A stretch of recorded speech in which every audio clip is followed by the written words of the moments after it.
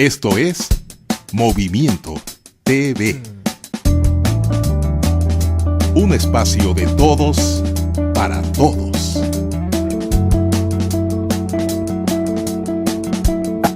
¿Qué tal, amigos? Buenas y calurosas tardes tengan todos ustedes. Pues ya estamos nuevamente en un programa más del vuelo del colibrí, Voces de la Diversidad. Y si gustan comunicarse con nosotros, lo pueden hacer a través del chat de movimiento.tv. Ahí nos pueden escribir, pueden también dejarnos comentarios o preguntas, dudas. Igualmente, si gustan intervenir en lo que estamos tratando, pues lo pueden hacer. Justamente hoy, que es 7 de junio, que supuestamente, y digo supuestamente, es el Día de la Libertad de Prensa.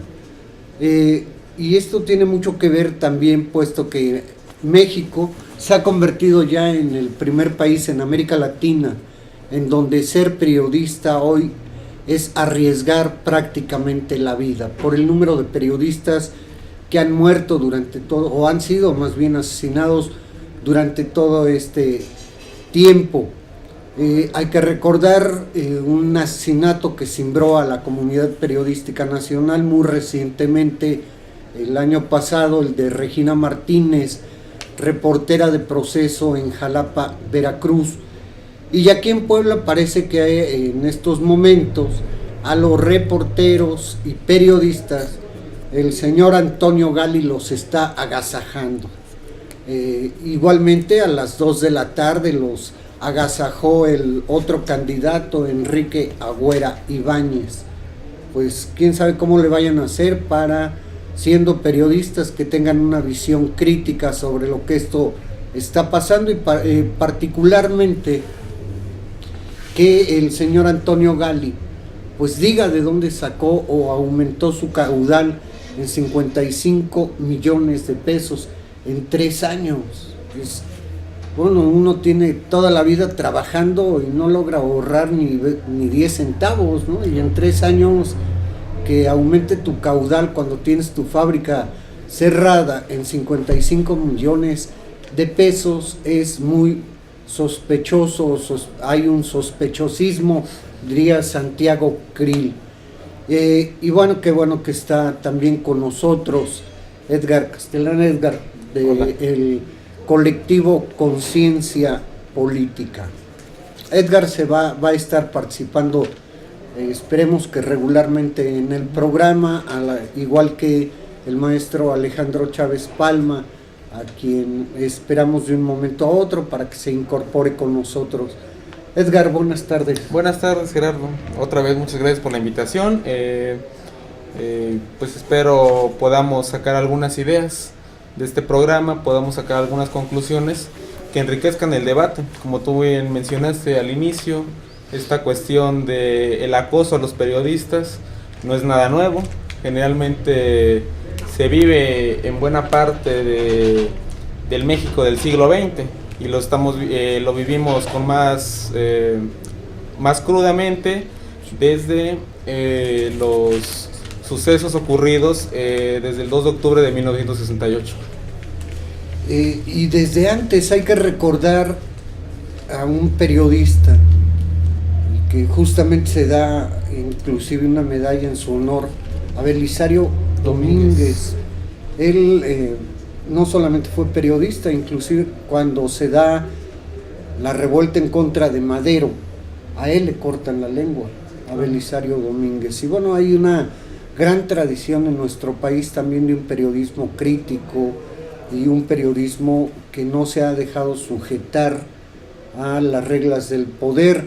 Estoy pensando en lo que en las calaveras de José Guadalupe Posadas, en el hijo del Aguizote, etcétera. Perdón, que no estaría mal que los periodistas poblanos pues voltearan la cara, voltearan a ver este tipo de periodistas.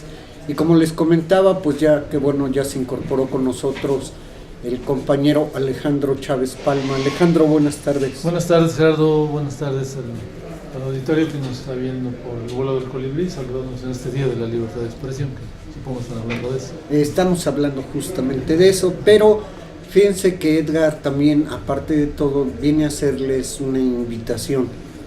Adelante. Gracias.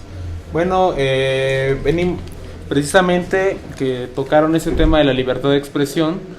Quisiéramos hacer patente de que este lunes se conmemora un año más de la matanza estudiantil. Del halconazo. El halconazo, el 10 de junio, precisamente, y de cómo se va dando toda esta criminalización a todo tipo de protesta, sea estudiantil o no, dígase el movimiento de los ferrocarrileros y diversos otros movimientos obreros, y además la cooptación por parte de grupos partidistas, grupos en el poder y de otros infiltrados más del propio gobierno norteamericano y el gobierno mexicano. Por ello, en la Facultad de Derecho y generalmente en toda la universidad estamos planeando recordar este suceso, que no muera de nuestra memoria histórica, que no desaparezca. Lo que pretendemos hacer es iniciar una marcha este lunes, concentrándonos a la 1:30 de la tarde en Rectoría, en Ciudad Universitaria. Pero antes de esto, haremos un pequeño evento a las 10 de la mañana en la Facultad de Derecho y Ciencias Sociales, en la explanada. ¿En qué va a consistir este evento? Primeramente se va a hacer una muestra gráfica, diversas imágenes, cuestiones que sean alusivas a la época, a estas décadas 60, 70, cómo se va dando la represión estudiantil, cómo se fueron dando estos primeros movimientos que luchaban por una democratización del sistema político, una apertura, no solamente en términos electorales y procedimentales, sino también en formas directas de participación, como por ejemplo las asambleas, estos movimientos que se dieron en las unidades habitacionales en el Distrito Federal, los propios movimientos LGBT de liberación sexual, movimientos que estaban a favor de la defensa de los derechos de los pueblos originarios y demás tópicos que ya se abordaron la semana pasada en este programa. Ya, Ale, ¿quieres intervenir sobre Bueno, esto? a propósito del suceso del 1971, conocido como el halconazo, hace 42 años, pues todo efectivamente es para rememorar la emergencia estudiantil, del movimiento estudiantil, de la actitud de los jóvenes, la participación de los jóvenes, que rebasó pues las mismas estructuras partidistas existentes en ese entonces. Bueno, pues era el monopolio partidista, y sobre todo porque quien encabezó estos actos represivos pues fue Echeverría, Luis Echeverría, de ingrata memoria, y que bueno, tenía que darle cauce al descontento con aumentar el gasto público de las universidades, ¿no? Como salida, pero no así frenó la inconformidad y el descontento, y sobre todo el derecho de reunión, el artículo 8 constitucional, pues para poder refrendar las reivindicaciones y demandas que los estudiantes tenían desde 1968.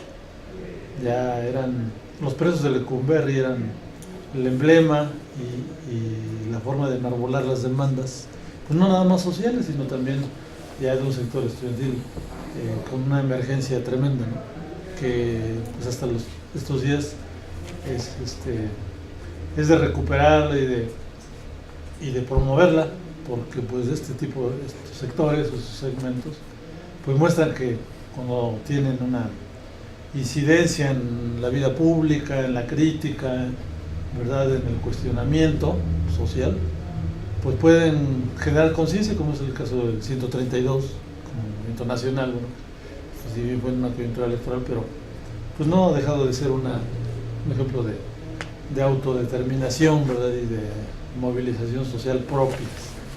Por eso yo creo que a 42 años es bueno acudir a este tipo de invitaciones como las que nos hace Edgar, pues para estar presentes en esta memoria, porque pues el olvido es lo que quisiera el Estado, es lo que quisiera el gobierno, pero pues no se puede, eso es prácticamente imposible de lograr. Por eso es que pues el 10 de junio tiene que ser otra vez una bandera que retomen los estudiantes de ahora. De retomar no solamente la bandera, hay que contextualizar. En 1967 se desata un gran movimiento encabezado justamente por Otón Salazar para la democratización del Sindicato Nacional de Trabajadores de la Educación. Paralelamente, más o menos en esas fechas, se plantea lo que es el Plan del Sureste con Demetrio Vallejo en ferrocarriles.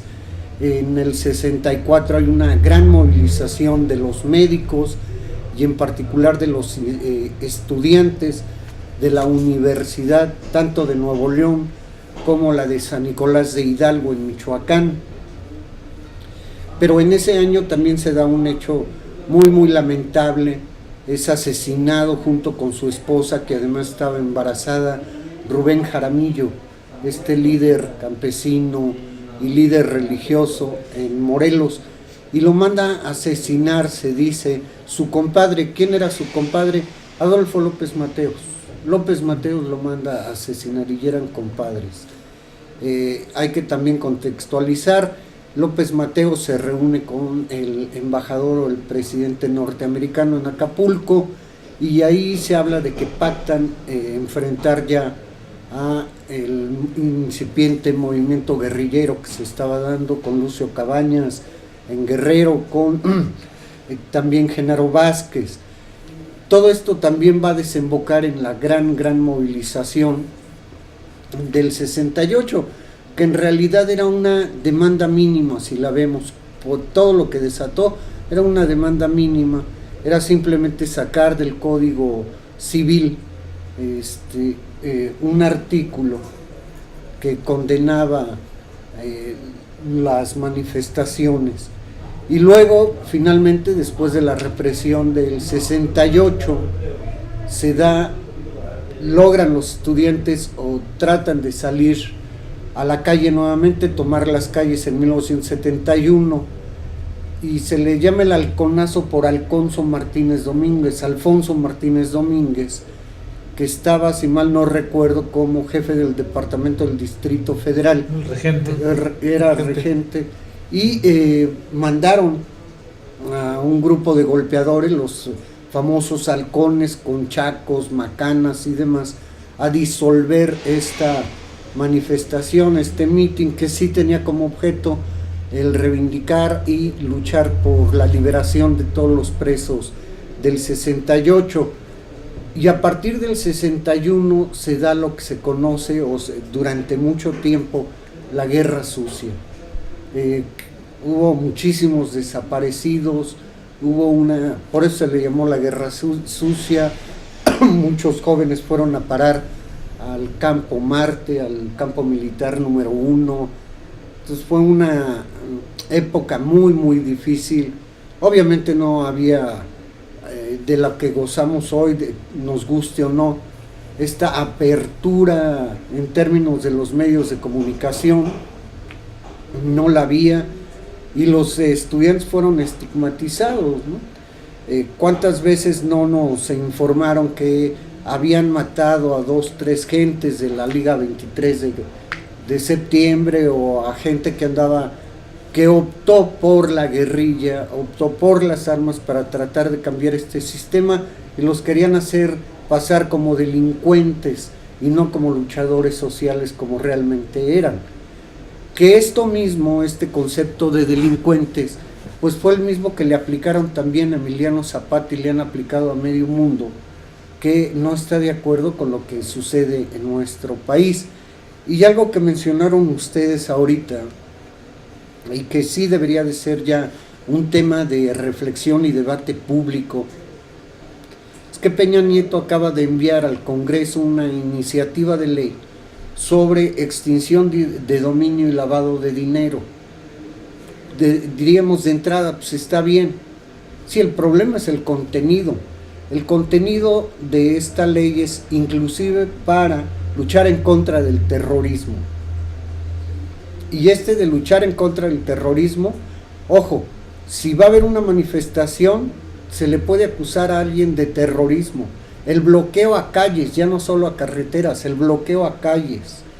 Pueden intervenir los teléfonos sin conocimiento, pueden intervenir el internet, etcétera. Es más o menos lo que está haciendo Peña Nieto es equiparar esta ley con la que hay en Estados Unidos y que fue firmada por parte del expresidente norteamericano George Bush, que a mí me parece sumamente grave.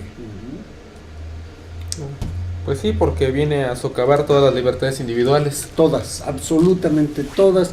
Se llama hasta pueden declarar el derecho de excepción y en un estado. Es decir, todas las libertades públicas pueden quedar proscritas. Sueltas. Dice. Sí, y es sumamente grave. Y además, como mediante los aparatos ideológicos del Estado se está impulsando esta nueva política, una política un tanto del miedo, pero también de la simulación de las propias personas. La saturación de ciertos contenidos temáticos en la televisión, que se aleje todos esos temas del debate público, por ejemplo.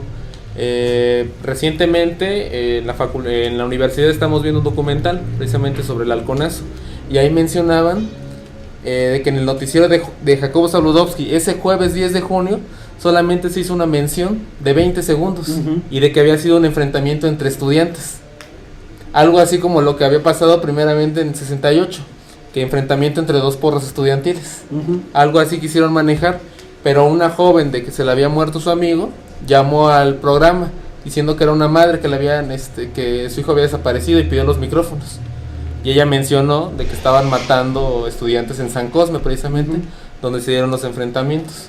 O sea, estamos asistiendo a un regreso autoritario. Bien mencionas de que hay ahora más libertades, ciertas cuestiones nos podemos expresar, existe este adelanto de la información, existe una sociedad de la información como ahorita, redes sociales, este tipo de canales, radios comunitarias, claro, indígenas, pero el propio Estado está controlando también toda esta actividad y está implementando una política de acoso contra este tipo de informadores. Pero también tiene mucho que ver porque el próximo mes va a entrar a la Cámara de Diputados la reforma hacendaria y otra reforma de las llamadas reformas estructurales.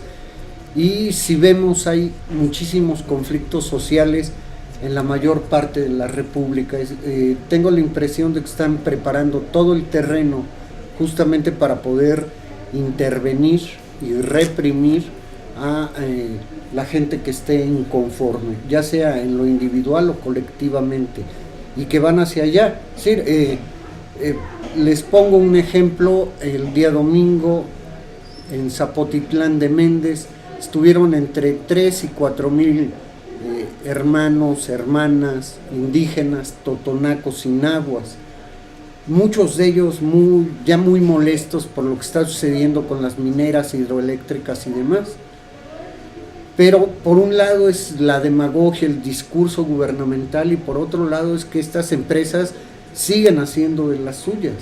Entonces a mí me da esta impresión de que están preparando todo el terreno para reprimir las inconformidades sociales. No sé qué opinas, Alejandro. Sí, yo creo que estamos en los marcos de un Estado, no de un Estado de derecho, sino de un Estado político policíaco, que viene pues alineándose justamente con las políticas de vigilancia. Que por cierto, ahorita que es policíaco, hay que recordar a Fernando Gutiérrez Barrios y el papel que jugó Gutiérrez Barrios durante la Guerra Sucia, sí, la Federal de Seguridad con Nazar Haro y demás. Sí, toda esa tenebrosas fuerzas de seguridad que ultimaron, por ejemplo, ya en los años 80 Manuel Buendía, que el pasado 31 también se cumplió. Y ya muchos estudiantes, jóvenes y demás. Claro, desde las guardias blancas en el campo, en el sector campesino, hasta la vigilancia esta que ya se conforma como este Estado. Bueno, pues, justamente por eso, porque viene desde lo que está haciendo Estados Unidos y que se está asemejando a esas leyes que están en Estados Unidos, que afectaron ya incluso a vigilancia de agencias de prensa corporativas grandísimas como Associated Press. Ha estado vigilado por el gobierno de Obama y justificándolo con que es por la seguridad de Estados Unidos. Es decir, esto se viene dando ya desde el Dream Act, después de las Torres Gemelas. Bush estableció que pues, es el acto patriótico, hay que vigilar y defender pues a la nación americana, ¿verdad? A todo mundo. A todos, ¿sí?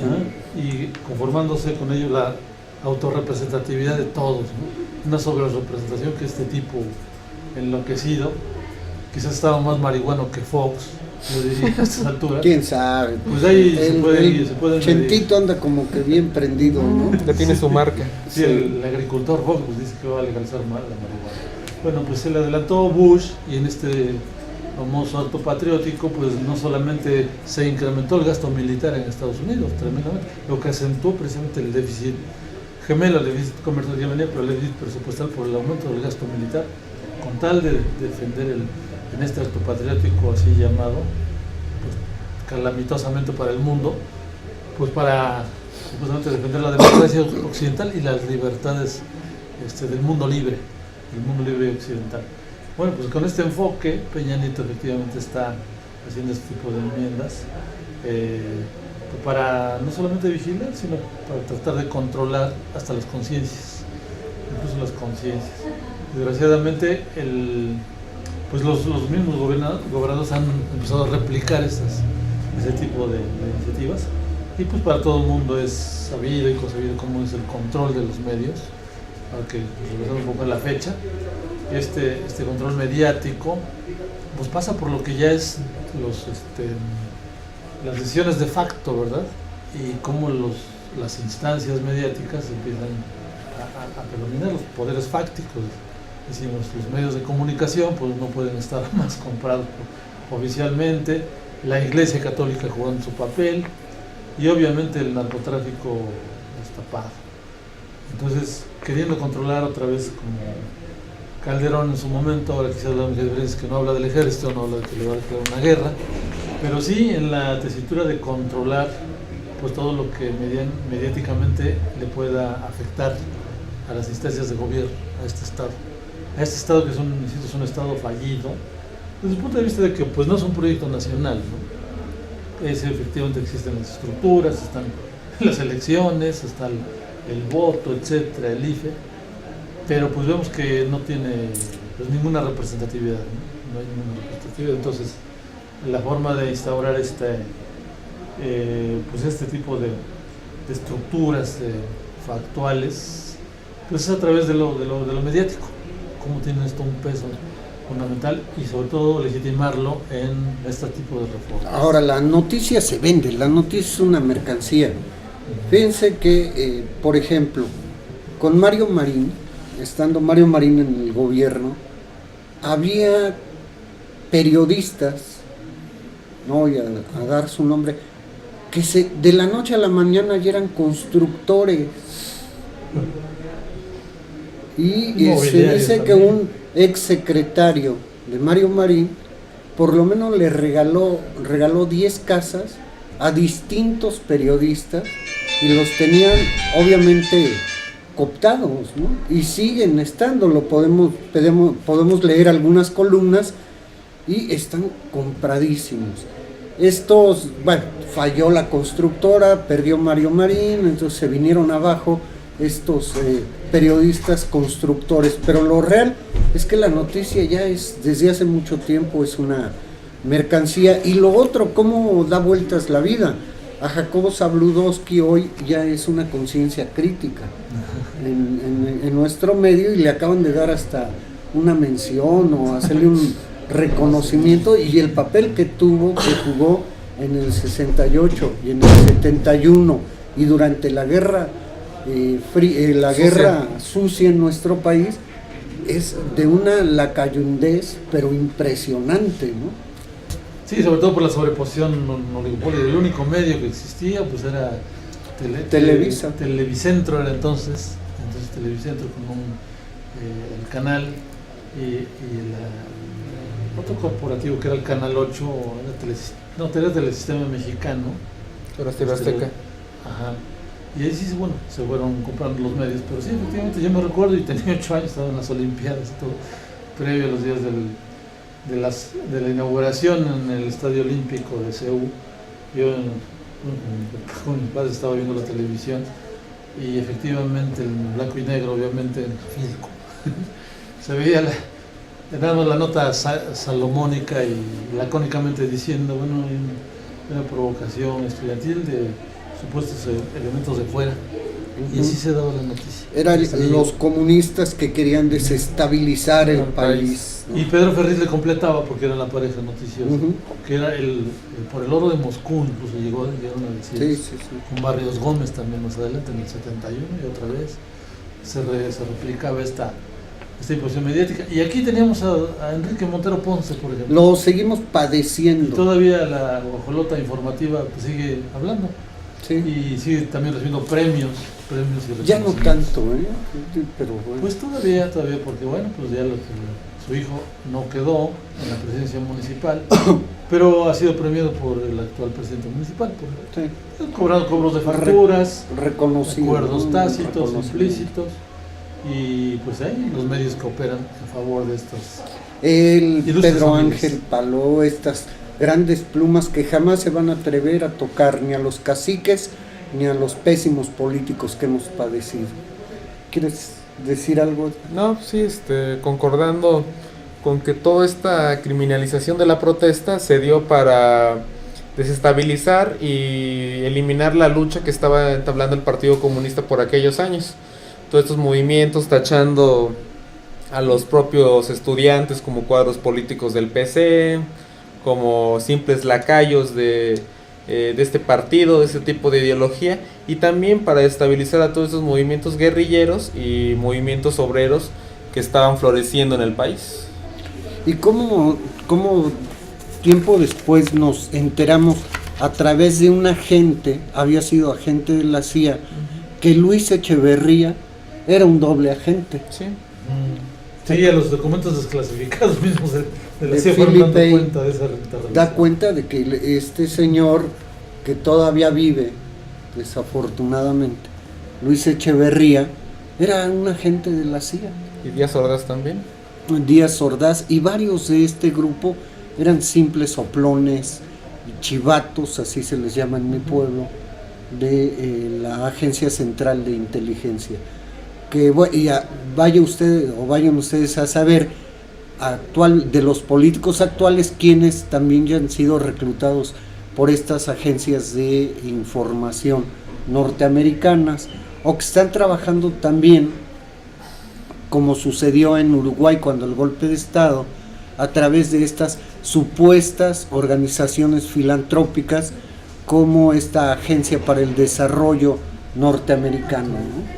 Que también es bastante sí, grave. Y también, por ejemplo, durante esta etapa, ahorita que mencionábamos el halconazo, una de las represores o líderes de este grupo paramilitar también fue entrenado en los Estados Unidos y además tuvo una intervención como diplomático, entre comillas, durante el golpe de Estado a Salvador Allende, el 11 de septiembre del 73.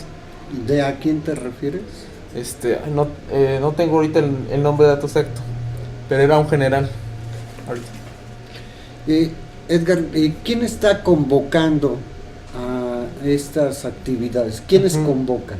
Estamos convocando el colectivo Conciencia Política, del cual soy miembro, el FED, que es el Frente Estudiantil por una Educación para Todos, el COEP, que es el Colectivo Universitario de Educación Popular, que además está organizando cursos para el examen de admisión totalmente gratuitos, totalmente en contra de esta lógica de la nueva universidad, una universidad neoliberal que está cobrando 700 pesos por todos esos cursos y que no garantizan el ingreso a la universidad, y otras organizaciones adherentes también, como lo es la Liga Estudiantil Democrática.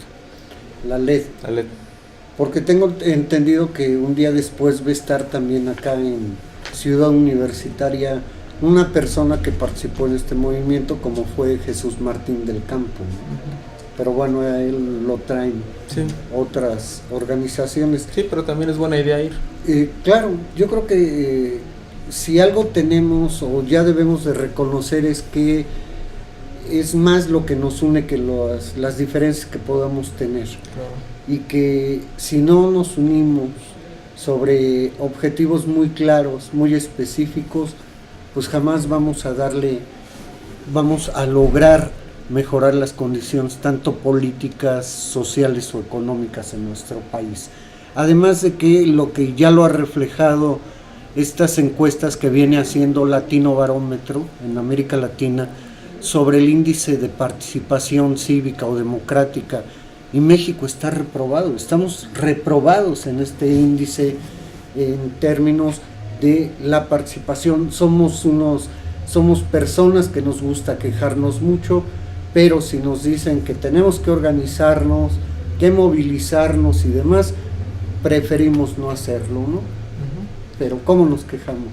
Sí, también ahorita que mencionabas Latino Barómetro, en este tipo de encuestas también hay una pregunta de que si la población prefiere regímenes democráticos o de corte autoritario, más duros, y ellos se van por la segunda opción. Sí, a condición de que supuestamente mejoren un poco sus condiciones económicas. Hay un gran sector en México que preferiría un gobierno hasta dictatorial, a condición de que mejoren sus condiciones económicas, a un régimen de libertades, a un régimen de democracia. Pues vamos a ir a un corte y regresamos con ustedes. Estamos en el vuelo del colibrí, voces de la diversidad. Vamos y regresamos. Antes de irnos, déjenme decirle que un 9 de junio, pero de 1920, es nombrado rector de la Universidad Nacional de México. Ahí la autonomía lo obtuvo 9 años después. Este filósofo que después va a ser, con Álvaro Obregón, el primer secretario de Educación Pública. Obviamente estoy hablando de José Vasconcelos, oaxaqueño él. Vamos y regresamos. Y Vasconcelos terminó creyendo en Hitler, ¿no?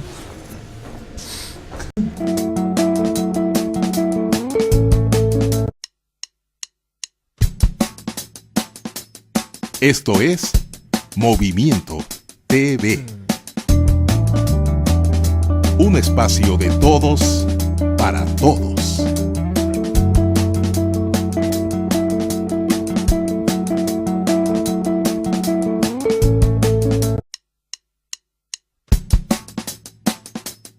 Esto es Movimiento TV. Un espacio de todos para todos.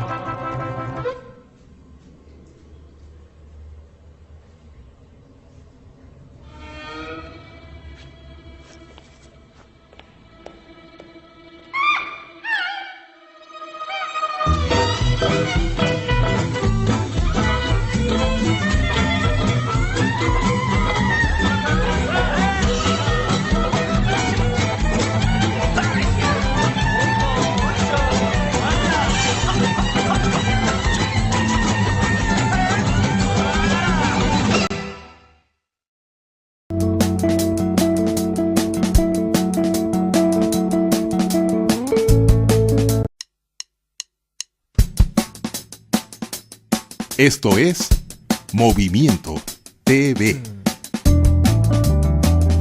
Un espacio de todos para todos.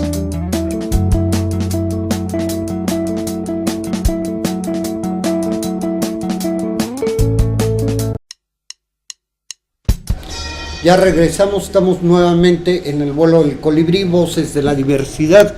En este 7 de junio, Día de la Libertad de Prensa, y se vienen concatenando cosas. Un 9 de junio, pero de 1933, nace uno de los mejores periodistas que ha tenido este país, e inclusive no solamente fue periodista o es periodista, también es novelista y guionista. Estoy hablando de Vicente Leñero, que protagoniza también durante la época de Luis Echeverría, junto con otros periodistas, cuando se da el golpe a Excelsior. Él trabajaba en Excelsior, Luis Echeverría lo quiere intervenir, y con él, con el director de Excelsior, pues salen de esta publicación. Luego fundan Proceso, todo este grupo, y bueno, también por ahí andaba Carlos Payán, el director fundador de la Jornada Nacional. Y me da mucho gusto también ya que se incorpore la voz joven del programa. Paula, buenas tardes. Hola, buenas tardes. Hola. Hola, buenas tardes, Pablo. Pues estamos hablando de eso, de lo del 10 de junio, de la cuestión de que tiene que ver con los medios de comunicación y el derecho a la información, la persecución a los periodistas que se ha dado y ha habido, el papel que juega también las televisoras o los medios electrónicos oficiales. Sí, de hecho creo que es un tema un poco muy polémico, el hecho de que alguien se pueda expresar libremente. De hecho, pues también en Proceso, en la revista Proceso, hubo el caso de una reportera que habían asesinado, se llamaba Regina, me parece. Regina Martínez, de hecho. La de Jalapa. Sí, que una corresponsal que habían entrado en su casa, bueno, habían forzado y demás, y bueno, es un trabajo muy riesgoso de los periodistas. Es muy contrastante, sí. Para unos, para los periodistas comprometidos, efectivamente es muy riesgoso. Para otros, ya lo veíamos hace rato, como aquí en Puebla, pues han conseguido recursos, y muchos recursos, les han dado y les han regalado su casa, les han regalado constructoras, etcétera, ¿no? Han vivido bastante bien.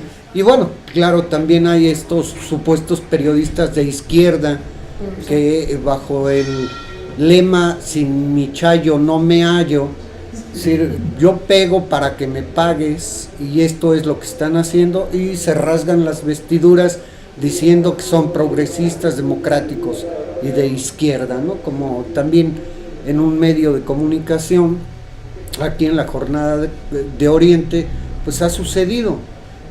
Y lo peor de todo es que a veces manipulan y tergiversan la información. Sí. Lo digo por lo que sucedió en Zapotitlán de Méndez el domingo, con la nota que sale el día lunes. No reflejan absolutamente nada de lo fundamental que se planteó en Zapotitlán, y quieren darle a la nota un sesgo en donde supuestamente estábamos en conflicto algunos compañeros, conflicto que nada más existió en las mentes de estos reporteros, ¿no? Sí, bueno, también cambian información, pero no solamente, también puede ser como amenaza. O sea, ¿qué les queda de otra? Amenazan a sus familiares, les dan dinero o los amenazan ellos. Entonces, pues también, aunque no quieran, pues tienen que hacerlo. Pues entonces no hay algunos casos, obviamente. No hay que meterse de reportero, ¿no?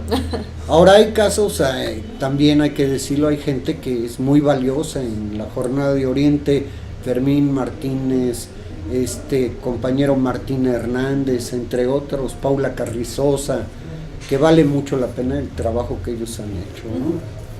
Alex, ¿qué quieres comentar? Sí, rememorabas de lo de Excelsior, rememorabas también lo de Proceso, y bueno, el periodismo directo que se hace y que viven, son medios que viven de su propia promoción y de su propio prestigio. No es directamente el chayote, y eso es por eso que la línea independiente puede perseverarse, ¿no? Y yo creo que esto de que lo que menciona Pau, el asesinato de Regina Martínez, fue muy demostrativo de cómo los corresponsales todavía en las provincias, en los estados, en donde los gobernadores pues son unos caciques, unos señores de horca y cuchillo, pues no hay garantías de la libertad de expresión, ¿no? caso de Puebla también es demostrativo. Todos sabemos cómo está la prensa comprada, en su absoluta mayoría. Contados con los dedos de una mano, de un dedo, pueden ser un periódico, 2, 3, ¿no? Pero de ahí en fuera, bueno, los juegos de poder de las coyunturas electorales jalan mucho la publicidad, la venta de la noticia, la noticia como mercancía, y bueno, pues vemos la guerra sucia que está todo lo que da, y el gobernador, bueno, pues aventando el presupuesto público para esto. No se supo, no se dio mucho a conocer, pero de las obras de infraestructura de la Procuraduría de Justicia que se están haciendo frente a la 5 de mayo, pues murió un trabajador por estas obras apresuradas, y apenas salió el fin de semana en un periódico, que yo pude ver. De ahí en fuera, pues no se tocó para nada, ¿no? Pero esto es por la dinámica de que pues hay que inaugurar obras, no hay que hacer infraestructura para que sirva a la gente, para resolver los problemas sociales, sino para cortar los listones. Y en este apresuramiento y en esta premura del señor Gali, por el secretario de Infraestructura, que él empezó esta obra, pues la altura pues, de la que cayó y de la que le cayó la lateral, pues fue de 20 metros aproximadamente. No se tiene cuidado de cómo se hacen este tipo de obras, pero eso sí, no se difunda nada, la prensa comprada, y nada más la imagen de que es el señor que nos va a construir el porvenir. Y eso, pues mediáticamente, desgraciadamente hay mucha gente de las colonias, los juntas auxiliares, que lo cree, que se la cree, y ahí está, ¿no? Ahí está. Vamos al norte, como vemos la vez pasada, el semanario Z, pues también ha sido un motivo de acoso, ¿verdad? De los grupos de Jan González, de los hijos de Jan González, hasta allá en esas latitudes. Pues, a Jesús Blancornelas. Sí, que tuvo un acoso que finalmente le provocó esas enfermedades que sí lo llevaron a la muerte, pero que pues refrendan todavía ese periodismo que hay que seguir buscando y que hay que seguir referenciando. Y claro, también en la jornada nacional, que es lo que yo creo que es muy rescatable, las editoriales, la información editorial, pues analistas muy brillantes, columnas que yo voy en Classic, las dejo para las exposiciones. De lectura obligatoria. Sí, reporte económico, la columna de Alejandro Nadal, son economistas pero brillantísimos, León Mendesky, Guillermo Almeida, en fin, puede uno escoger muy buena prensa, afortunadamente. Y volviendo a la cuestión de la prensa aquí en Puebla, fíjense que hay un señor que es dueño de un periódico, Armando Prida, y a este señor Prida, el dueño de Síntesis, es a quien le van a dar a que regente la rueda de la fortuna que ahora pretenden instalar en Angelópolis, porque además el señor tiene un grado de parentesco con un funcionario de Moreno Valle, Marcelo García Almaguer, Marcelo García Almaguer, que estuvo hasta hace poco al frente de Radio y Televisión de Puebla, lo que antes era así. Entonces, ¿cómo se van dando la connivencia entre el poder público y el poder privado? Ahí está, como en el sexenio pasado, pues Intolerancia Diario tuvo todo el apoyo prácticamente del grupo marinista. Entonces cada sexenio va teniendo también su medio, su periódico, en aras de controlarlo todo. ¿Y qué sucede con aquellos pequeños periódicos o medios de comunicación alternativa? A esos ni siquiera se dignan estos gobernantes a mirarlos, ni de reojo, ¿no? Mucho menos a apoyarlos vía la publicidad, que además debería de ser para entrar todos en un sentido de equidad, debería de ser mediante una convocatoria pública abierta.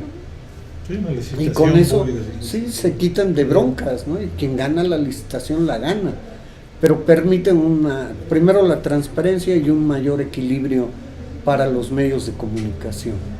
Sí, efectivamente, yo creo que la libertad de expresión no puede estar a reglamento, sobre todo desde los poderes, desde el mismo poder, porque caemos en lo que en tiempos justamente del 71, 68, con el Echeverriato, con López Portillo, pues el te pago para que no te pago para que López Portillo, ¿no? Con López Portillo, una frase muy emblemática. Proceso contra proceso. Que fue lo que callaba ese tipo de prensa, ¿verdad?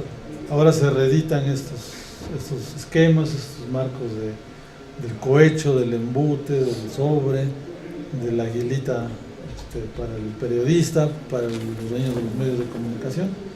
Y ahora que mencionabas esta relación perversa entre poder y medios e intereses empresariales, pues este señor Marcelo García Almaguer manejó por lo menos en los últimos 2 años, 180 millones en comunicación. La Oficina de Comunicación Social del Gobierno del Estado manejó 180 millones en 2011 y otros 80 en 2012. Para este año no recuerdo, pero anda por el mismo. Pero él no lo manejó directamente, es de comunicación social. Él estuvo al frente de radio y televisión. Sí, Radio TV de Puebla, pero ya los juntaron galimatías que hicieron de ajustes, de fusionar Secretaría de Finanzas con la Administración, la Judicatura con Gobernación, quitarle a la Secretaría de Gobernación, Secretaría General de Gobierno. Incrustaron en Radio TV de Puebla lo que antes era SICOM, a la Oficina de Comunicación del Gobierno del Estado de Puebla. ¿Para qué? Para centralizar más precisamente el control mediático. Y el señor, bueno, pues ahora está en la campaña, el señor Gali como jefe de prensa. Y obviamente pues nadie nos puede garantizar que vaya a haber una delimitación entre una cosa y otra, cuando por debajo y de manera subterránea. Ahora, hay que también decir dos cuestiones. Los periodistas, si bien a veces cuestionan mucho a la gente a la que entrevistan, y se han dado casos aquí en Puebla emblemáticos, no tienen esa actitud de gremio, no hay un sindicato, no se han organizado, y por otro lado son las condiciones laborales en las que trabajan. Muchos de ellos en realidad les pagan muy poco, y la gran mayoría de ellos no tiene seguridad social, seguridad médica ni a vivienda. Yo conozco de compañeros periodistas que he conocido que tienen 2 o 3 medios donde tienen que trabajar para poder cubrir para sacar el salario mínimo casi. Sí, ¿no? Pau, ¿tú tienes alguna experiencia de un medio en alguna otra parte de este? Bueno, sobre la libertad de expresión que decías, también está la censura. En libros, en revistas, en programas. O la autocensura incluso. Bueno, también. Casos extremos, pero sí, y en el caso de los periodistas, que ya se meten mucho, bueno, en la vida o en la obra de un político o una persona muy influyente, la desaparecen. Ajá. O sea, la información está comprada, está controlada, y ya pues nadie sabe qué es lo que realmente está pasando. ¿Qué es verdad y qué es mentira? Y lo que no se hace en Puebla y en nuestro país es periodismo de investigación, que sí se hace en otros países. ¿Por qué? Por todo lo que implica y las condiciones laborales, insisto, en las que trabajan los periodistas. Ellos van sobre el boletín, van a cubrir las ruedas de prensa, pero no se hacen investigaciones a fondo, de tal manera que hoy puede salir una muy buena nota, dan la nota, pero ya no se le da seguimiento a esta nota días después. ¿Y en qué quedó? ¿Quién sabe? Entonces quedan en rumores, chismes y demás, pero no se le da continuidad y mucho menos profundidad. Si esto sucede en la capital del estado, aquí en la ciudad de Puebla, imaginen cómo están en algunas regiones del estado de Puebla, el grado de periodismo que a veces realmente es de rancho, ¿no?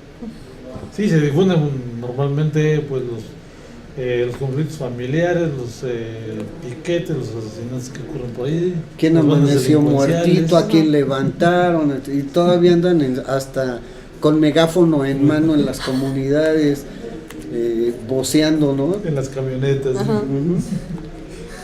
¿Y cómo elevar este nivel del periodismo?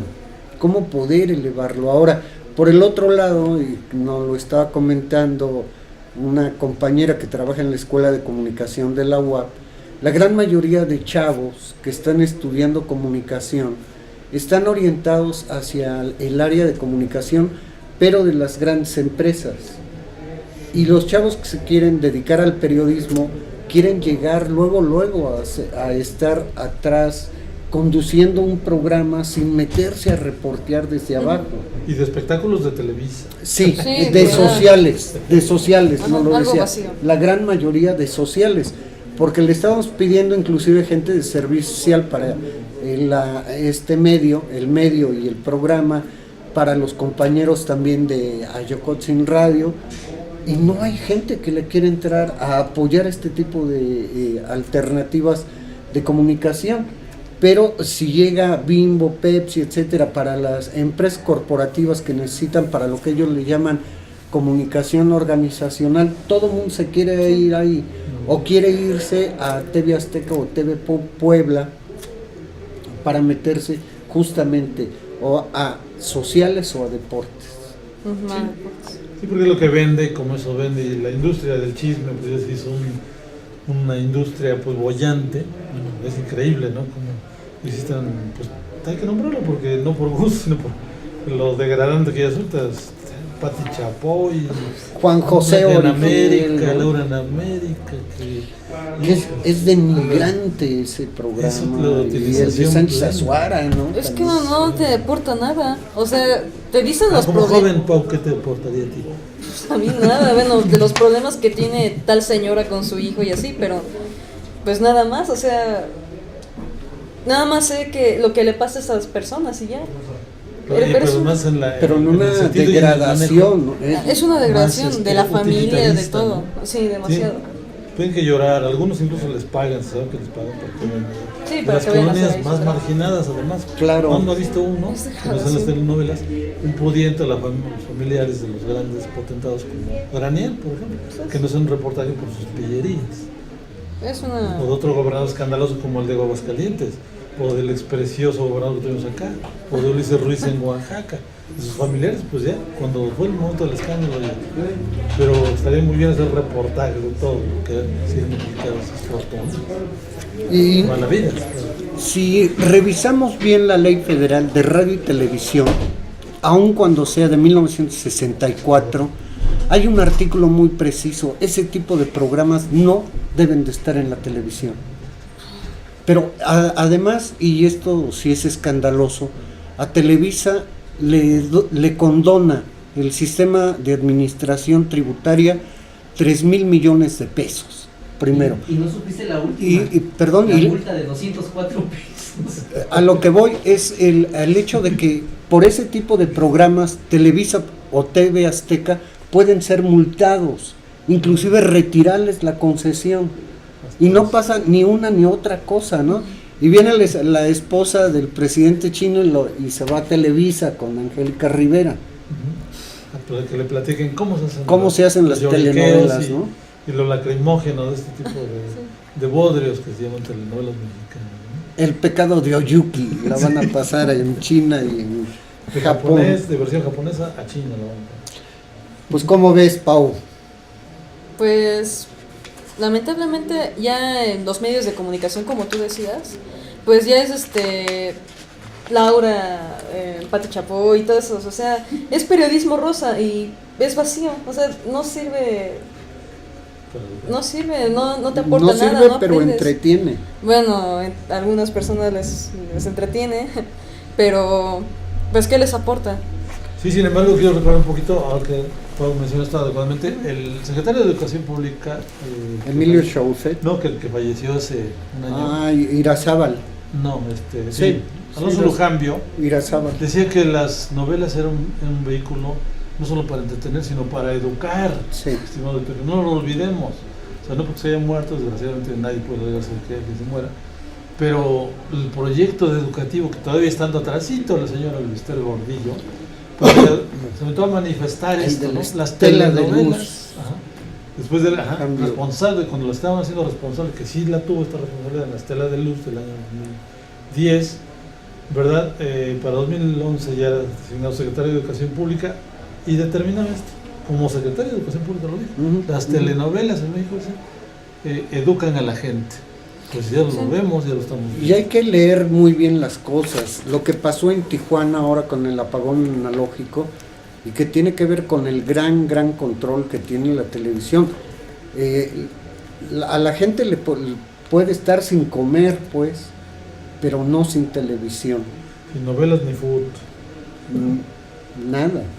O sea, no es impensable que la gente viva sin televisión. Para mucha gente realmente esto es hasta su terapia ocupacional y su terapia comunicacional. Vivencial. Sí, es un control. Y es un control impresionante. Sí, yo no sé qué va a suceder el día que se decrete, si alguien decreta que ya no haya televisiones en ningún hogar de nuestro país. No, hombre, ahí sí todo el mundo puede no subir los salarios, no aumentar los salarios, puede subir la gasolina, el gas, etcétera, pero que no les quiten las telenovelas ni el fútbol sabatino ni dominguero, porque entonces sí, ahí puede estallar la revolución mexicana. Ya no digamos la tele analógica, sino la digital, porque eso está representando a los grandes consorcios televisivos, Televisa y TV Azteca.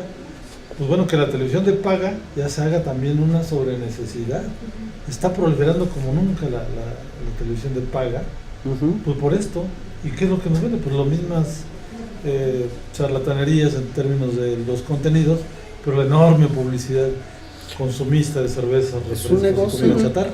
Es un negocio. ¿Cuánto te cuesta un segundo en el horario triple A? Te cuesta millones de pesos, no miles, millones de pesos. Vamos a ir a una pausa, estamos en el vuelo del colibrí, voces de la diversidad, y vamos a entrevistar a los compañeros. Hace 8 días estuvieron ellos aquí en el programa, a los compañeros de Ayuda en Acción. Ellos tuvieron una actividad muy importante estos días aquí en la Escuela de Economía. Ya están aquí en el estudio los compañeros de Ayuda en Acción y vienen a dar cuenta de este trabajo, de este encuentro que tuvieron en Economía. Vamos y regresamos, estamos en el vuelo del colibrí, voces de la diversidad.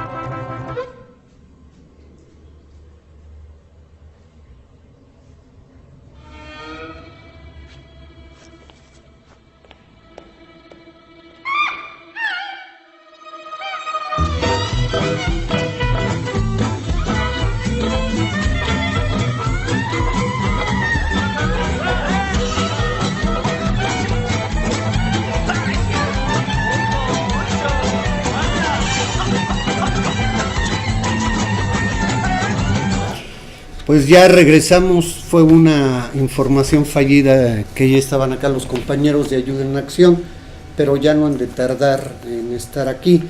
Y déjenme decirles que en el año 68, un 8 de junio, pero del año 68, ya de nuestra era, se suicida justamente Nerón, este personaje histórico que fue emperador romano, el que quemó el Coliseo romano. Y que le echó la culpa. Y también un 8 de junio, pero del año 632, fallece el fundador de una de las religiones más importantes a nivel mundial actualmente, como es el Islam. ¿Quién es el creador del Islam? Mahoma. Justamente tiene los islamitas son mayoritarios, rebasan y con mucho la gente que profesa el Islam. a los católicos a nivel mundial. Son cerca de 1.500 millones de gente de musulmanes, de gente que profesa la religión islamita, contra cerca de 700 millones de católicos. ¿Y crees que sean mayores a los budistas? Lo digo por China. Sí, es mayor los islamitas.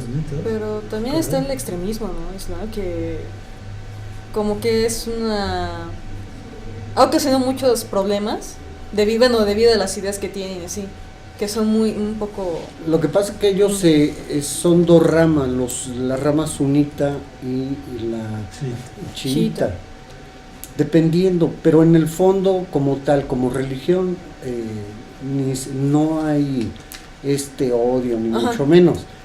Ahí se confunde ya la cuestión, más que se confunde es cuando entra la cuestión política en la religión, y hay que recordar lo que fueron las cruzadas para la Iglesia Católica, a cuánta gente también no se la llevaron entre la espada y la cruz. Pero lo que sí tiene el Islam es que desde la concepción religiosa tiene una propuesta de sociedad, de Estado y de gobierno.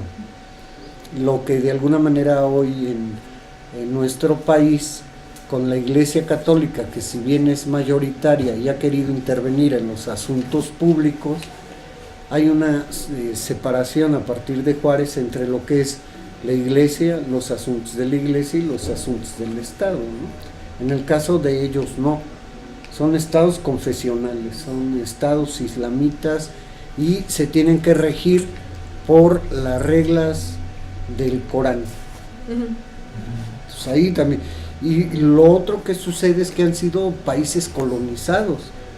Ha estado los ingleses, los franceses, los belgas, holandeses, han sido países también expoliados. Y hay una exacerbación de la religión musulmana, ¿no? Ahora le está tocando a Turquía.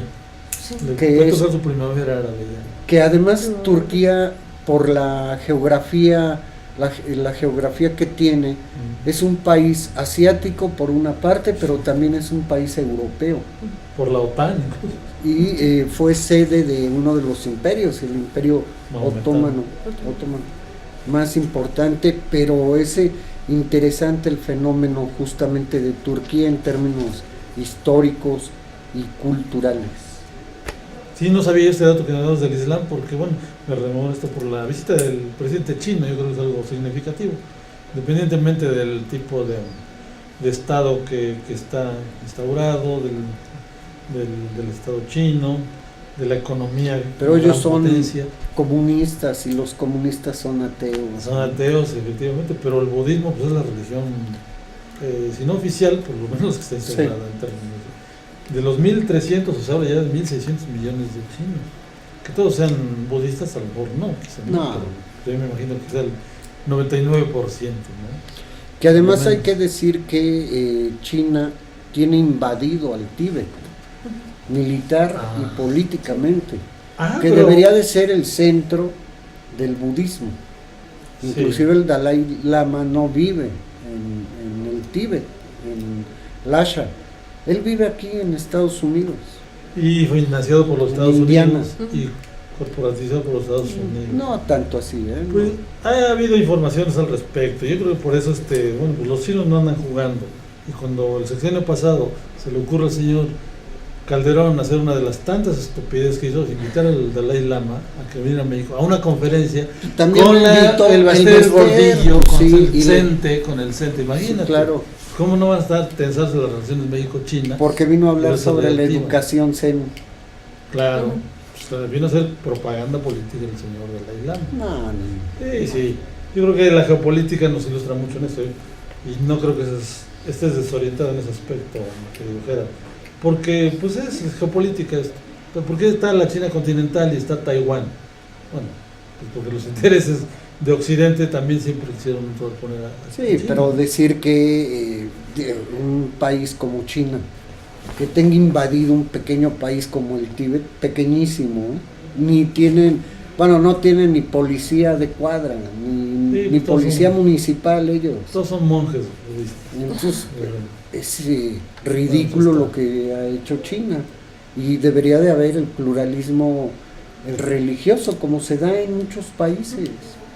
Ahora, los chinos se dice que es una nación, o por lo menos donde gobierna el Partido Comunista Chino, pero en realidad es un capitalismo de Estado, es ya un país absoluto y totalmente capitalista.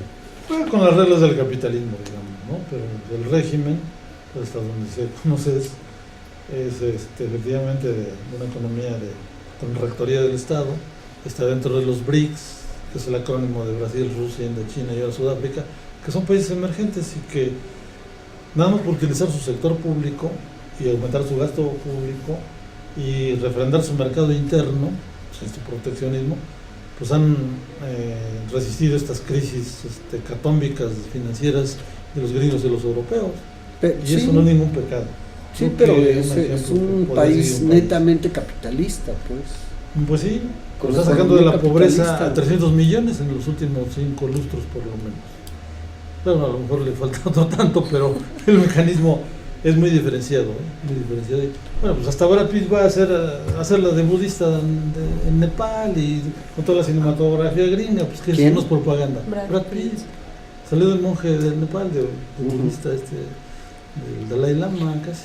Hay muchos actores norteamericanos que son budistas o que andan en el budismo. Pues yo no ¿sí? creo que sea este el caso. En todo caso ha sido más refrendado en Oriente y en estos países asiáticos, otro tipo de actores, ¿no? Hasta el mismo Oliver Stone, que ha hecho producciones pues más como JFK, que son más críticos, y sobre el Oriente no hemos sabido, pero hay otros. No quiero recordar mucho. También la cienciología, ¿no? Que ya muchos actores y gente... Que le han entrado a eso, Ajá. pero ahí sí es muy, muy peligroso, Sí. difiere totalmente de lo que puede hacer, inclusive si sacamos las bases del fundamento de la religión católica, musulmana, budista y demás, en términos éticos, creo que si las lleváramos a cabo, tendríamos una sociedad mucho más tranquila. El problema es quién está al frente y cómo se ha utilizado la religión. En el caso de la cienciología, que ha pegado y se ha desarrollado en Estados Unidos fundamentalmente, fue creada ahí, pues sí hay mucho de charlatanería, ¿no? Sí. Bueno, los que es programas de la CEP sumamente estatal grave. fueron instaurados Por don Luis Maldonado. ¿verdad? Sí, Más mandaron a hacer brillantes. hasta una publicación sobre cienciología, ¿no? Sí, yo no sabía que se llamaba dianética y esos términos, no los conocía. ¿Sabes algo de eso, Pau? ¿Me puedes platicar? No, pues nada más sé que, bueno, de la cienciología, es como una filosofía, una Ajá. serie de enseñanzas, pero que la gente que se involucra ahí no puede salir tan fácilmente, siempre le están vigilando. Ujú.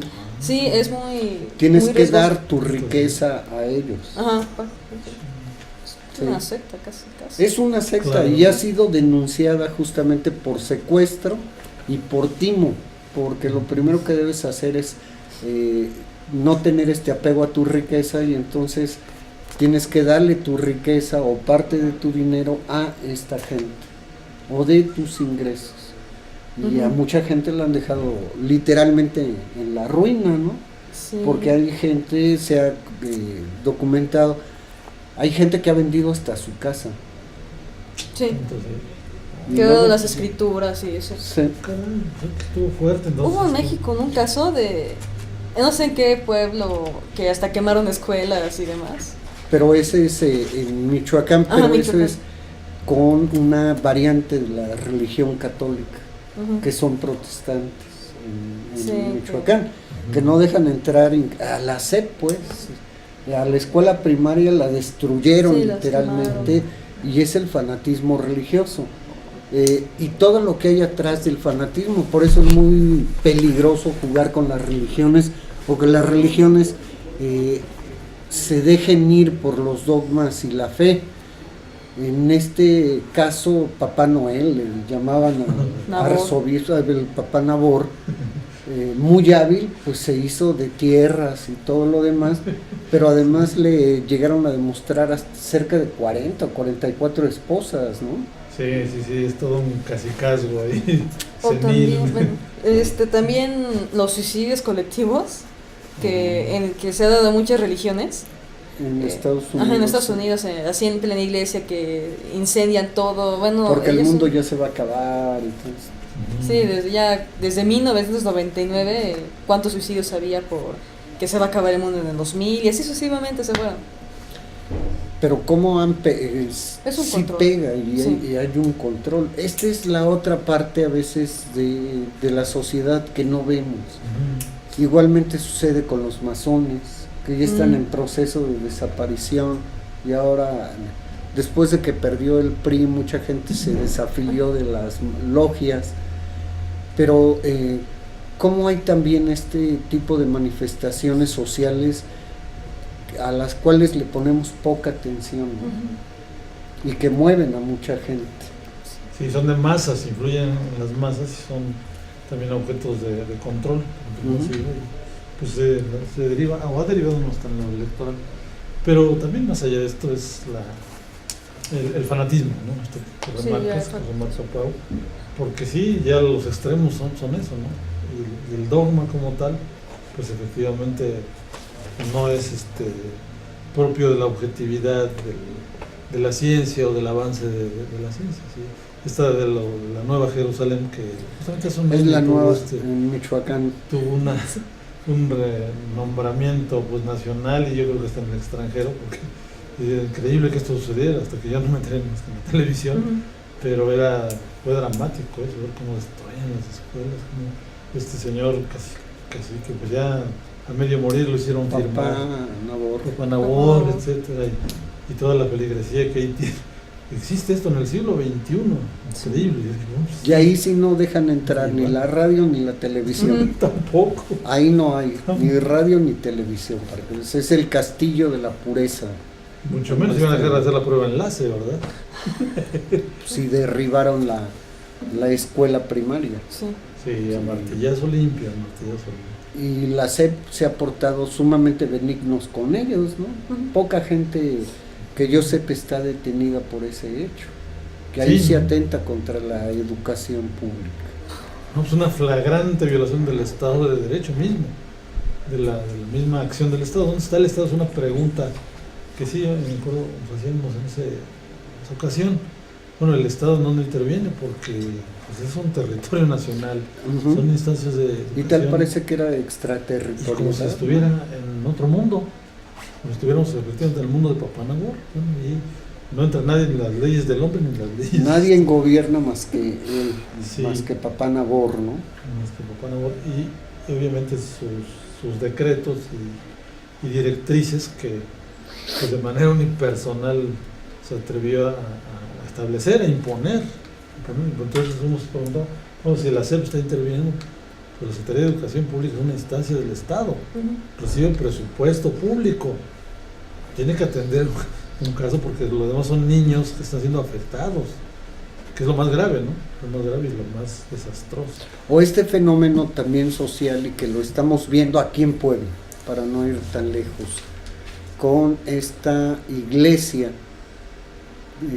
Iglesia Universal de Dios, que viene de Brasil, Ah, ya. y en Brasil inclusive han sido denunciados, y cómo en nuestro país están teniendo un auge impresionante, y compraron los cines que están acá por el Paseo Bravo, ¿no? Ahora ya es una sede de su iglesia, y son fenómenos, repito, sociales importantes que deberíamos estar mucho más atentos a lo que sucede. Te veo con algo que quieres comentar, Ale. No me apuntaba a algunas cosas, pero sí, bueno, de los sucesos así fuertes que digamos podemos nombrar, lo que comentaba Sergio, esto de cómo el régimen fiscal en estos últimos días, incluso semana, revela 3 casos muy emblemáticos de cómo genera un beneficio extraordinario como subsidio a los ricos.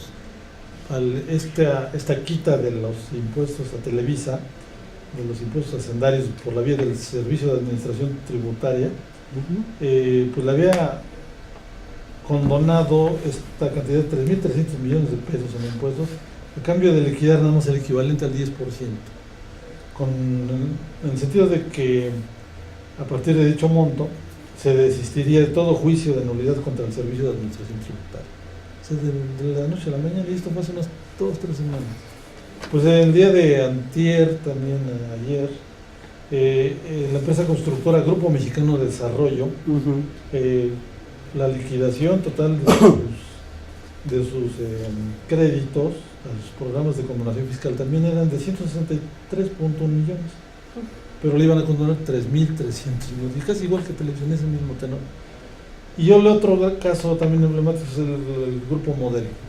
La venta a Hanshauer, a una belga alemana. También pues es el más grande grupo chelero, imagínense.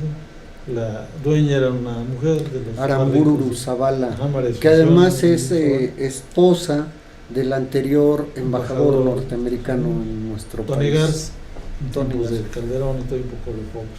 Bueno, dijéramos que por lo menos fuera para los mexicanos, quedaran los mexicanos, pues no, se vende a los extranjeros, pues sí. Y sin pagar un solo peso de impuestos, son 18,000 millones de dólares.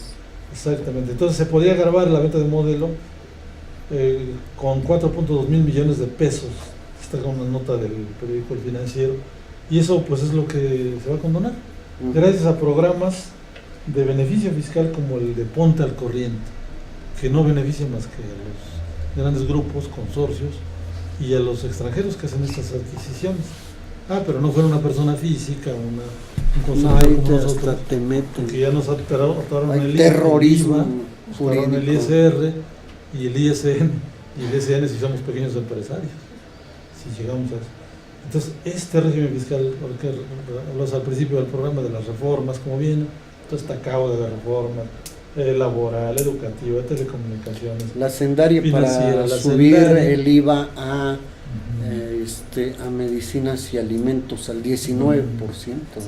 Sí, después de julio, ya en el primer periodo de sesión, seguramente en septiembre va a empezar a moverse esto, pero si de veras se trata de afrontar los recursos que el país padece, que no tiene, para la reactivación del campo, generación de empleos, construir infraestructura, pues debería de haber sido la primera, porque el reporte del trimestre y del cuatrimestre que lleva, de enero a abril, destaca una desaceleración fuerte de la economía mexicana, un decrecimiento, un recorte del gasto público fuerte, lo cual nos habla que, por la misma dinámica de la caída de las exportaciones en Estados Unidos, esto nos está volviendo a pegar, entonces estamos en vías de otro catarrito, porque la economía europea pues, está en el hoyo, está en recesión, Estados Unidos está en desaceleración, con puertas a la recesión, y México pues ya encadenados en esto.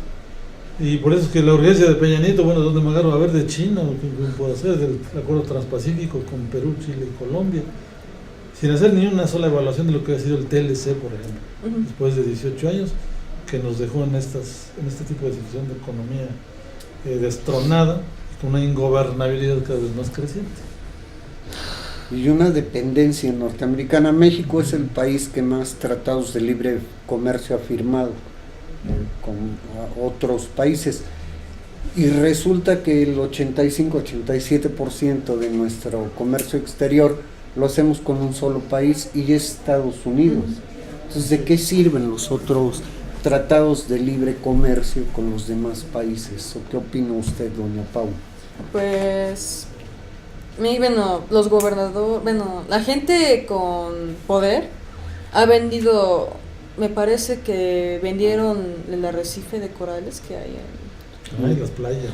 Que vendieron playas, todo ya es de otros países. El petróleo que... Hay una reforma del 27 para privatizar las playas. Recursos naturales, la mayor parte del maíz que se produce en México va para Estados Unidos, y ya una minoría, pues ya nos... Más bien importamos maíz. Y ya una minoría, pues ya nos toca, y pues todo se comercializa ya en nuestro país. ¿Y qué hacer ante todo eso? Sí, sobre todo, Pau, como todo estudiante de medicina, me llama mucho el problema de joven. Lo alimentario, pero sobre todo porque es especialista, ¿no? problema alimentario que ya no nos puede alcanzar, pero el problema de la obesidad y de la desnutrición, como dos extremos así, que México coloca en los primeros lugares, ¿no? Entonces dices, ¿cómo puede existir una cosa tan contrastante? Comemos tanto, y hay gente tan desnutrida. Pues México es uno de los mayores consumidores de Coca-Cola. Sí. El primero, ¿no? Ajá, el primer consumidor. Y pues sí, como que lo que tú dices, que hay un contraste entre la obesidad infantil, diabetes, enfermedades metabólicas y la desnutrición. Es como dos lados súper diferentes, pero sin embargo se viven aquí en México. ¿Y cómo haces la cruzada contra el hambre aliándote con empresas transnacionales como Nestlé, PepsiCo, Sabritas? Sí, Bimbo, comida etcétera? como que es una ironía. ¿Por qué no revalorar la comida tradicional, la comida de las comunidades? Se produce muchísimo amaranto. ¿Cuántas? Hoy ya no se consume mucho, por ejemplo, en las grandes ciudades, hortalizas. Y en el campo hay muchísimo. ¿Por qué no utilizar lo que hay en las comunidades, en las regiones y demás? Y con esto se puede paliar. Hay un ejemplo muy claro de lo que ha hecho Bolivia con la quinoa. Es una especie de cereal, como la avena, la quinoa, con Q, que hace un año inclusive a Bolivia la Organización de Naciones Unidas, la Organización Mundial de la Salud y la Organización de Naciones Unidas para la Educación, la Ciencia y la Cultura les dieron un premio y un reconocimiento a Ecuador, a Bolivia, porque a través de la quinoa lograron abatir el problema de la desnutrición y el hambre en Bolivia. Sí, aparte Y es un producto no solamente nacional, es un producto que viene de millones de años, que ha sido consumido por los aymaras y los quechuas. Ajá. Y acá también tenemos elementos pues que ayudan a la desnutrición, pero que ya no están casi en la dieta diaria de los mexicanos. Sí, desgraciadamente nuestra identidad racial, identitaria del maíz, solo tenemos que comer procesada en los cornflakes. Ya no es como la suave patria que decía López Velarde, ¿verdad? México, suave patria, ¿no? Tu superficie es el maíz y nuestra superficie el cornflakes, con este tipo de políticas. Y para completarla, Pau, ¿cómo ven tu disciplina en la Facultad de Medicina estos problemas? Pues sí, la facultad ha tocado mucho el tema sobre la desnutrición y las enfermedades metabólicas como obesidad, diabetes, demás, que son enfermedades muy frecuentes en México. Y ya pues como que últimamente las enfermedades coronarias, sí, los infartos a personas jóvenes, sí, como que ya está pegando un poco más frecuente. Entonces pues también es consecuencia de la alimentación que se tiene acá. Y el ritmo y el ritmo de vida, ¿no? Ajá, ya es el estrés una de las principales causas de muchas enfermedades, no solamente coronarias, sino también nerviosas y demás. La colitis es un reflejo fiel del problema del estrés, ¿no? Sí, una de esas causas también es el estrés. El estrés. Pues vamos a hacer una pausa y regresamos con ustedes. Estamos en el vuelo del colibrí y les comento, fíjense que en un 12 de junio, pero de 1864, entra a la Ciudad de México el archiduque de Australia, Maximiliano de Habsburgo. Él era como emperador de México. Pero es muy interesante, hablando de la comida, ¿sabían ustedes que Maximiliano de Habsburgo, siendo emperador, en lo poco que duró, obligó a todos los restaurantes en que en sus platillos hubiera platillos típicos y de preferencia platillos de origen prehispánico? Sí, en el libro de Martín Moreno, me parece, tocan el tema sobre la vida de este emperador. Y sí, de hecho, cuando vino probó el mole, y fue uno de sus platillos favoritos. Y siempre lo pedía, sí, le gustaba la comida mexicana. Pero además impulsó también la cultura y las artes, sí, lo que es muy contradictorio. ¿Y saben ustedes quién fue a invitar a Trieste, al archiduque, para que viniera a ser nuestro emperador? En 1862. Justamente el ilustre obispo poblano Pelayo de la Bastida. Un poblano, obispo él, fue hasta Trieste a entrevistarse con Maximiliano para pedirle que todo el pueblo de México quería que fuera nuestro emperador. Él era obispo de Puebla, esto fue en 1862. Cuando él regresa en octubre del 62, al otro año, este obispo, Pelagio de la Bastida, es nombrado arzobispo primado de la Ciudad de México, para que vean el juego que traían particularmente la Iglesia Católica y los poblanos en todo esto. Tuvieron mucho que ver estas fuerzas conservadoras que no se han ido.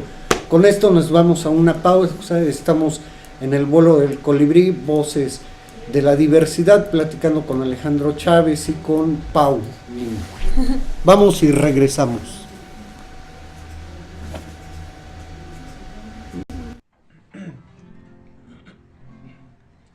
Yo viajé por distintos países, conocí las más lindas mujeres, yo probé deliciosa comida, yo bailé ritmos muy diferentes. Desde México fui a Patagonia y en España unos años viví. Me esforcé por hablar el idioma, pero yo nunca lo conseguí.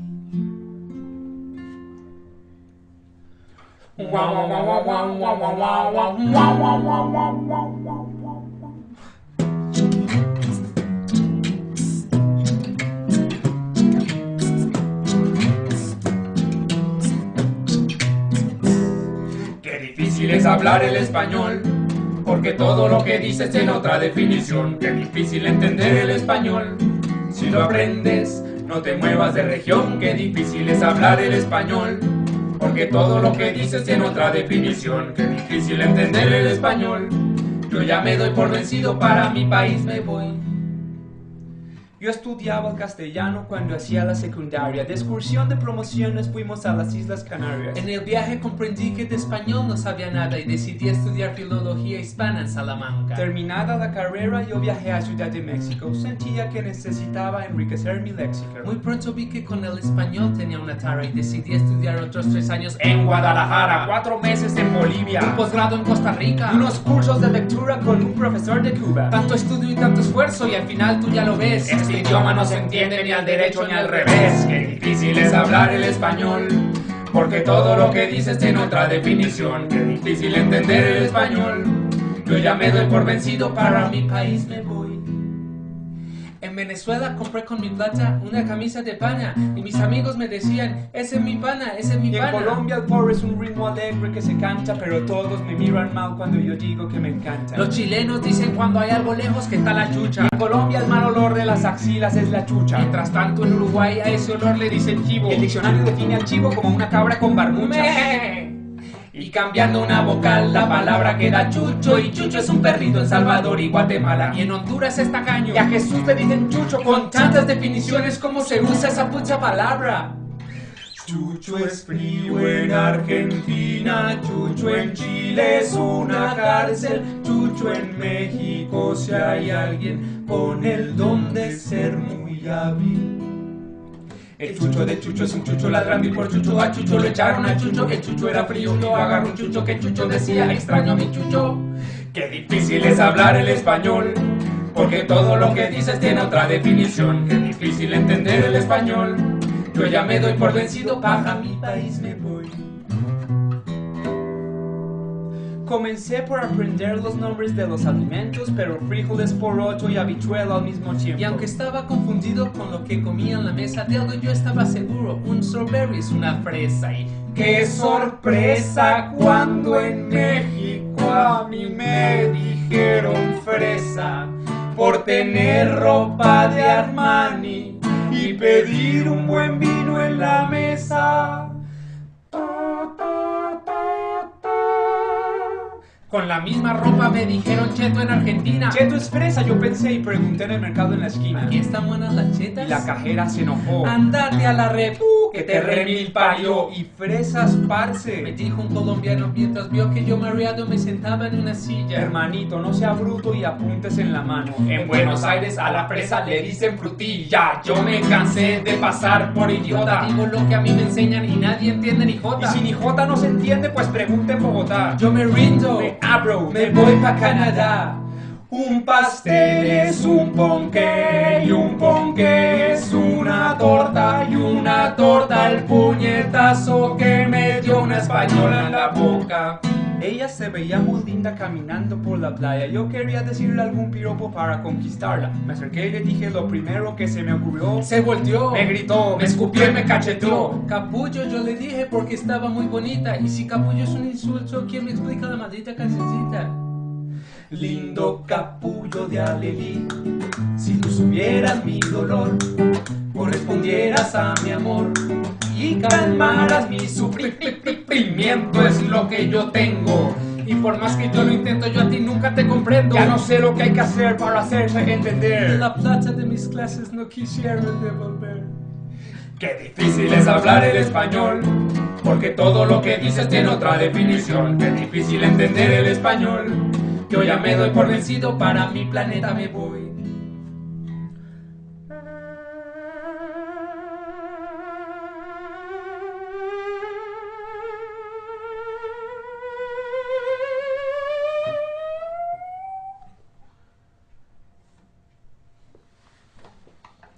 En España el líquido que suelta la carne la gente le dice jugo. Por otro lado, en España el jugo de frutas la gente le dice zumo. Me dijeron también que el sumo pontífice manda en la religión, y yo siempre creí que un sumo era un gordo en tanga peleando en Japón. Conocí a una andaluza, me llamaba Concepción. Tu marido le decía, concha de mi corazón. Vámonos para Argentina, le dije en una ocasión. Yo lo siento, pero si me dice concha, creo que allá mejor no voy. Pero concha, ¿qué te pasa? Si es un muy lindo país. Hay incluso el que compara Buenos Aires con París. De mi apodo ya se burlan de la forma más mugrienta. Siempre hay cada pervertido que de paso se calienta. Y con tantos anglicismos todo es más complicado. Si traduces textualmente no tiene significado. I will call you back. Te diría cualquier gringo. Yo te llamo para atrás. Te dicen en Puerto Rico. Ojos es ice, ice es hielo, hielo el color de la yema del huevo. Oso es ver y ver es sí, sí es la nota que en inglés es be. Y aparte B es una abeja y también es ser. Y ser Michael le decía a mi profe de inglés. Y el que cuida tu edificio es un guachimán. Y con los chicos de tu barrio sales a janguear. Y la glorieta es un romboy. Y le vistes con overol. ¿Por qué tiene que ser tan difícil saber cómo diablos hablar español? No es que no quiera, perdí la paciencia. La ciencia de este idioma no me entra en la conciencia. Yo creía que cargando un diccionario en mi mochila y anotando en un diario todas las palabras que durante el día aprendía, y leyendo, viajando, charlando, estudiando y haciendo amigos en cada esquina, y probando todo tipo de comida y comprando enciclopedias y antologías, yo pensé que aprendería y que con fe lo lograría. Mis esfuerzos fueron en vano. Yo creía que hablaría el castellano, pero ya no.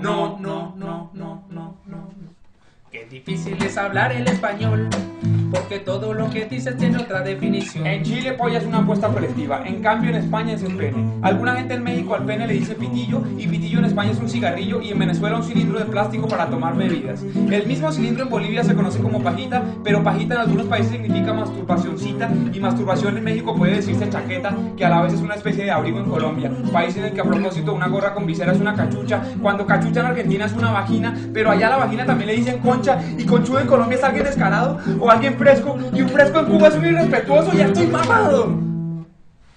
Pero mamado de qué? Mamado de borracho, mamado de chupeteado, mamado de harto. This is exhausting. Yo ya me doy por vencido, para mi país me voy.